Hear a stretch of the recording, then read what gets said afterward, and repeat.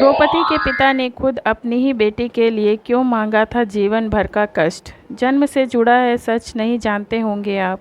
Welcome to my YouTube channel Gyan Sagar. ज्ञान सागर में आपका बहुत बहुत स्वागत है।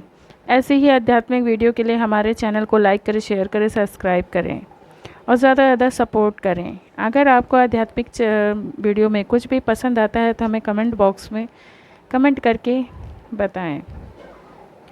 आपने अब तक महाभारत से जुड़े कई किस्से सुने होंगे, खास तौर पर द्रौपदी से जुड़े। महाभारत के प्रमुख पात्रों में से एक थी द्रौपदी। अपनी खूबसूरती, तेज और समग्र ज्ञान के लिए महाभारत में उनसे जुड़े ढेरों किस्से कहानियाँ भी आपने सुने होंगे। लेकिन क्या आप द्रुपद की यही पुत्री द्रौपदी उनकी चहेता बेटी बनी, लेकिन पिता यज्ञ के समय ही अपनी बेटी के लिए जीवन भर के कष्ट मांग चुका था।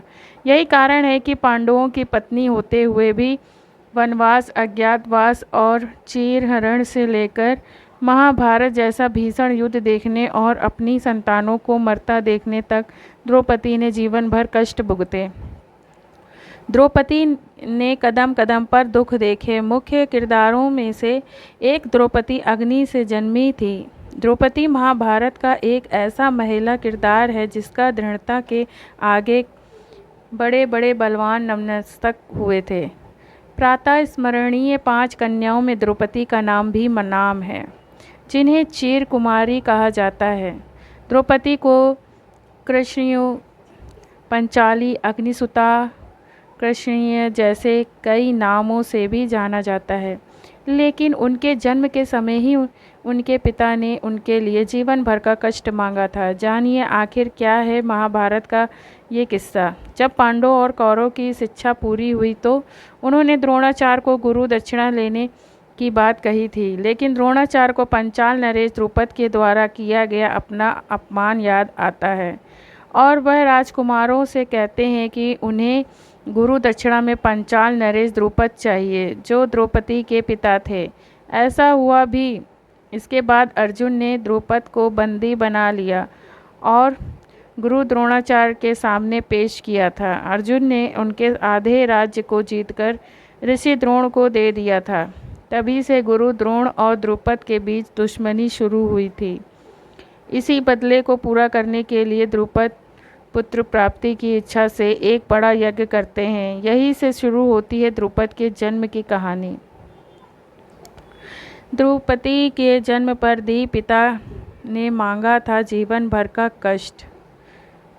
किंवदंतियों में कहा जाता है कि जब पुत्र प्राप्ति के लिए द्रुपद ने यज्ञ और आयोजन किया तो उन्हें आहुति देने के बाद पुत्र धृष्टद्युम्न की प्राप्ति हुई थी। पुत्र को देख राजा द्रुपद अत्यंत प्रसन्न हुए। उनका ये पुत्र कवच, कुंडल और अस्त्रों के साथ पैदा हुआ था। लेकिन इसी यज्ञ में द्रुपद को एक पुत्री भी ईश्वर के प्रसाद के रूप में प्राप्त हुई। पुत्र की प्राप्ति के लिए ये यज्ञ करने वाला द्रुपद पुत्री नहीं चाहता था, इसलिए उनके यज्ञ में आहुति देने से मना कर दिया। लेकिन देवताओं के हठ के कारण वह यज्ञ अधूरा छोड़कर वापस नहीं जा सका और पुत्री पाने के लिए उन्होंने आहुति दी।